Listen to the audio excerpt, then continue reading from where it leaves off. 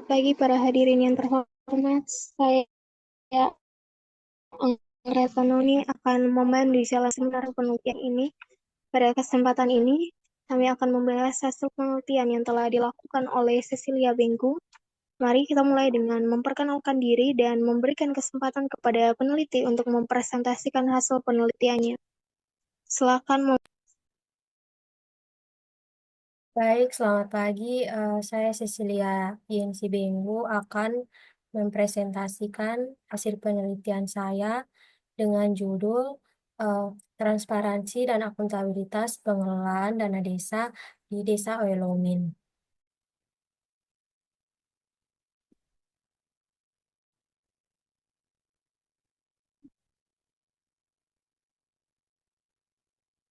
Baik, yang pertama kita masuk di latar belakang.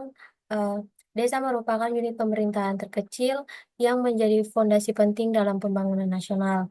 Pemerintah pusat mengalokasikan dana desa setiap tahun melalui APBN sebagai upaya mendorong pembangunan desa, yang pada tahun 2025 mencapai 71 triliun. Pengelolaan dana ini menuntut adanya transparansi, akuntabilitas, serta partisipasi masyarakat supaya penggunaannya tepat sasaran dan tidak menimbulkan penyimpangan.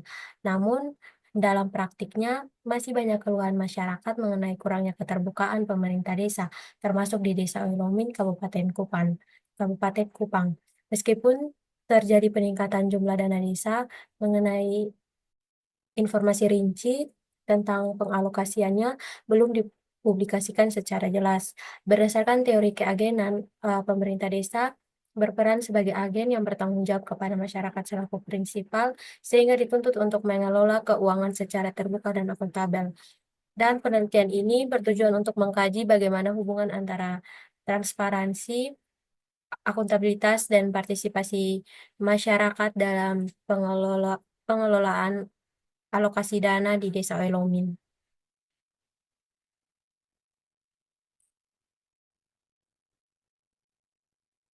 Eh, Berikut ini merupakan tabel jumlah dana anggaran desa yang diterima Desa Oelomin tahun 2024 dan 2025, dapat dilihat pada slide.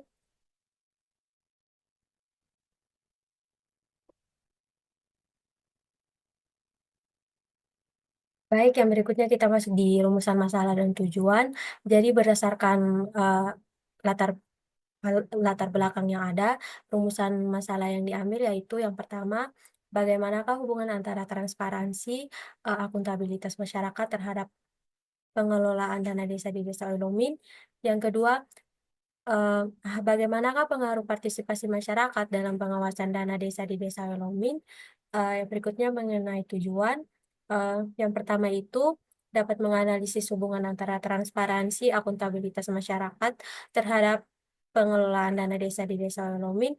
Yang kedua itu dapat menganalisis pengaruh partisipasi masyarakat dalam pengawasan dana desa di Desa Oelomin.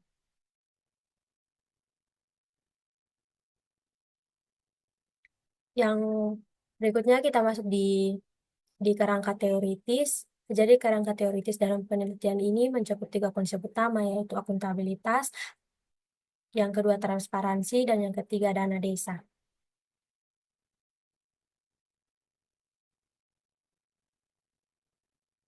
Di dalam penelitian ini juga menggunakan teori keagenan yang menjelaskan hubungan kontraktual antara masyarakat sebagai prinsipal dan pemerintah desa sebagai agen yang bertanggung jawab mengelola dana.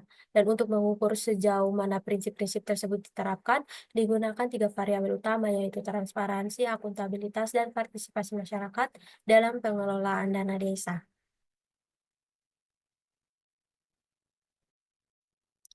Eh, Berikutnya kita masuk di kerangka berpikir yang dapat dilihat pada slide.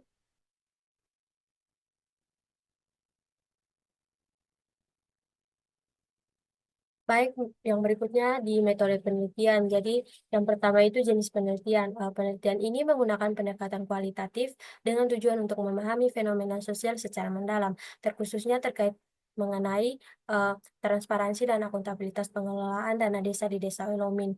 Yang kedua, fokus penelitian yaitu pada transparansi dan akuntabilitas dana desa. Yang ketiga, mengenai informan yaitu kepala desa, tokoh masyarakat, dan warga desa Wilomin. Yang keempat, yaitu menganalisis data yang meliputi beberapa cara. Yang pertama, reduksi data, yaitu menyederhanakan data. Yang kedua itu mengkategorisasikan data, yaitu dikelompokkan data berdasarkan tema. Yang ketiga itu ada pemeriksaan keabsahan, yaitu dilakukan triangulasi dan konfirmasi ulang. Yang kelima itu sumber data yang bersumber dari wawancara mendalam dan dokumen resmi seperti laporan keuangan desa. Baik, yang berikutnya itu hasil penelitian. Eh, Berdasarkan data wawancara, pengelolaan dana desa Dewa Lomin menghadapi berbagai tantangan, terutama dalam aspek transparansi, akses informasi, dan prioritas pembangunan. Meskipun laporan dana desa telah tersedia setiap tahun dan beberapa proyek pembangunan telah dilaksanakan, eh, banyak masyarakat yang merasa tidak mendapatkan informasi yang cukup atau tidak terlibat dalam forum pengambilan keputusan. Dalam hal ini, mengenai partisipasi masyarakat sangat dibutuhkan, terutama dalam pengawasan dana desa, dikarenakan masyarakat merupakan prinsipal yang mempercayakan pengelolaan keuangan kepada pemerintah desa Oilomin supaya dikelola dan dimanfaatkan untuk pemberdayaan masyarakat dan berdampak pada peningkatan kesejahteraan masyarakat.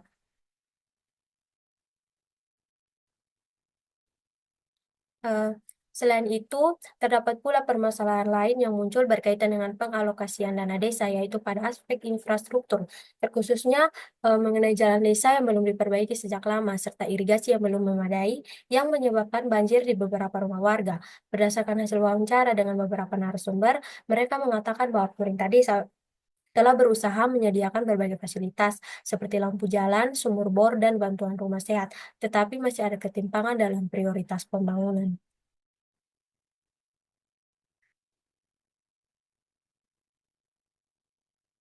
Jadi, berdasarkan hasil penelitian tersebut, maka kerangka hasil penelitian yang dapat dipaparkan adalah sebagai berikut, dapat dilihat pada slide.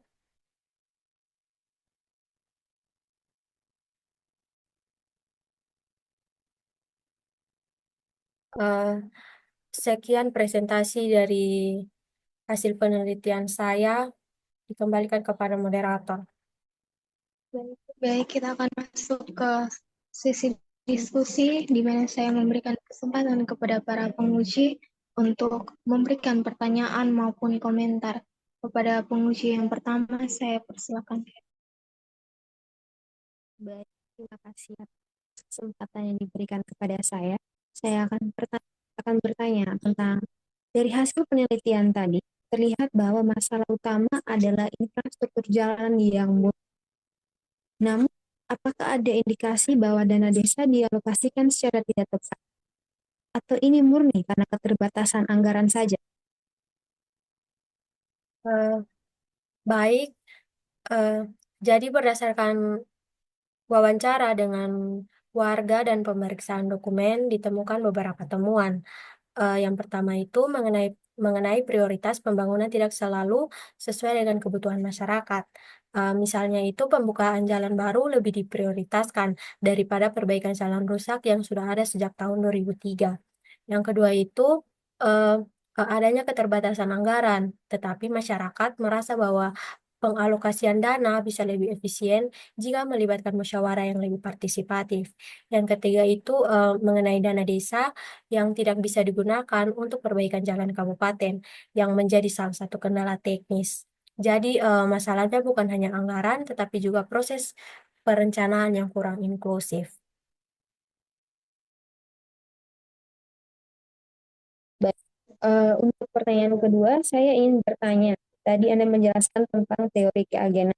Bagaimana teori keagenan ini yang Anda gunakan menjelaskan konflik antara pemerintah desa dan masyarakat dalam pengelolaan dana desa?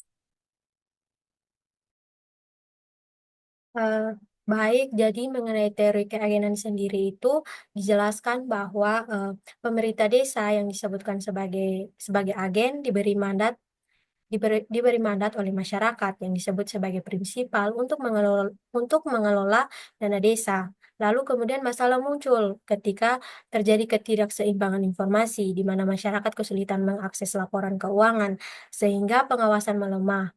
Maka timbullah konflik kepentingan ketika pemerintah desa lebih memilih proyek yang terlihat seperti pembangunan jalan setapak yang baru daripada perbaikan infrastruktur yang mendesak. Padahal ini tidak sejalan dengan kebutuhan prinsipal atau dari eh, kebutuhan masyarakat sendiri. Di dalam kasus di desa Oilomin ini, eh, kurangnya mekanisme pengawasan yang kuat memperburuk masalah ini, sehingga diperlukan peningkatan transparansi dan partisipasi untuk mengurangi kesenjangan keagenan. Oke, baik. Jadi saya akan memberikan saran juga untuk penelitian ini, rekomendasi yang lebih aplikatif, di mana rekomendasi penelitian masih sangat bersifat umum, seperti meningkatkan partisipasi masyarakat. Agar lebih efektif, peneliti bisa mengajukan langkah konkret, misalnya seperti membentuk tim pengawas independen yang terdiri dari perwakilan tiap dusun. Terus yang kedua itu bisa mengadakan sosialisasi bulanan di tempat umum seperti posyandu atau gereja untuk menjangkau warga yang jarang hadir di balai desa. Terus yang ketiga itu memanfaatkan radio komunitas jika ada juga untuk menyebarkan informasi keuangan desa.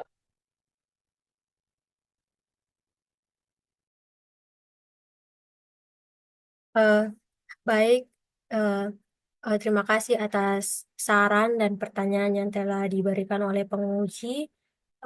Selanjutnya, Baik, di sini yang ingin saya tanyakan adalah bagaimana Anda sebagai peneliti dapat memastikan bahwa temuan penelitian ini objektif mengingat partisipasi masyarakat dalam pengawasan dana desa masih rendah. eh, baik, jadi dalam penelitian ini digunakan metode triangulasi terhadap data wawancara, observasi, dan dokumen resmi untuk meminimalkan kesalahan dan meningkatkan keakuratan data. Selain itu, dalam penelitian ini juga melibatkan narasumber dari berbagai kelompok, termasuk warga yang kritis dan yang pasif, untuk mendapatkan jawaban yang seimbang. Meskipun di dalam partisipasi masyarakat rendah, eh, namun dapat dipastikan bahwa informasi dapat dibandingkan dengan pernyataan warga mengenai dokumen seperti laporan keuangan desa. Namun dapat diakui bahwa jika partisipasi lebih tinggi, eh, hasil dalam penelitian ini lebih lebih bisa lebih komprehensif dan lebih baik. Oke, baik, terima kasih. Kemudian dilanjutkan dengan pertanyaan yang kedua. Tadi Anda sempat menyebutkan bahwa transparansi masih terbatas pada spanduk di kantor desa.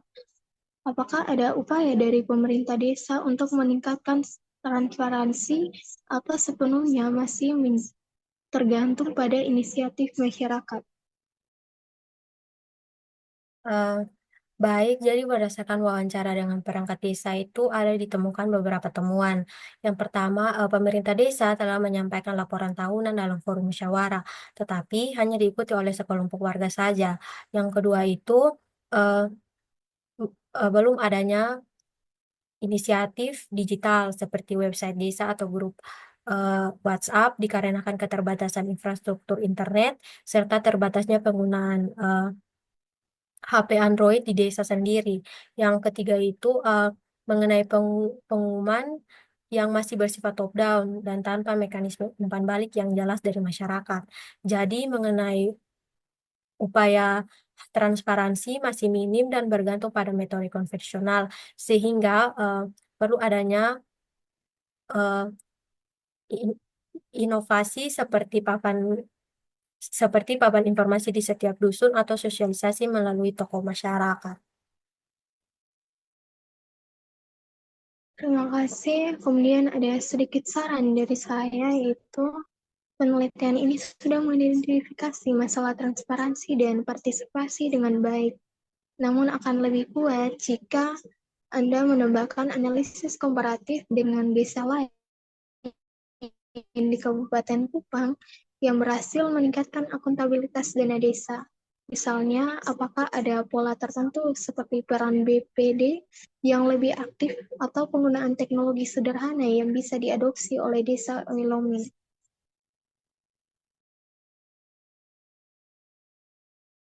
Eh, Baik, terima kasih atas eh, pertanyaan dan saran yang telah diberikan.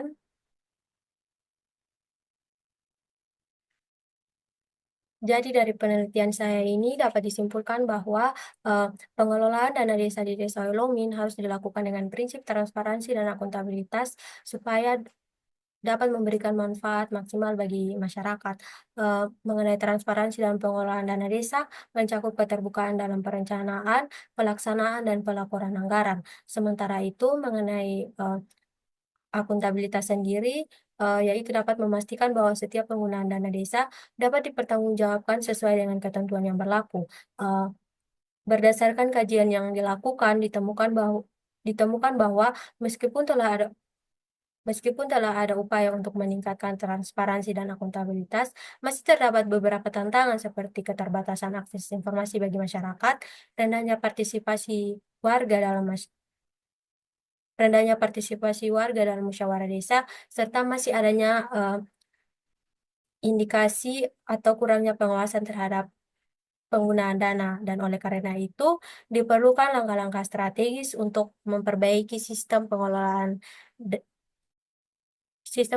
dana desa supaya lebih efektif dan efisien.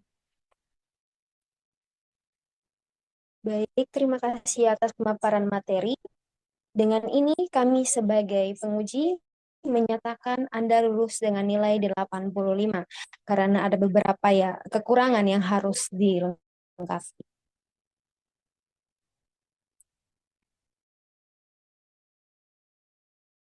Terima kasih kepada semua yang telah berpartisipasi dalam hasil penelitian ini.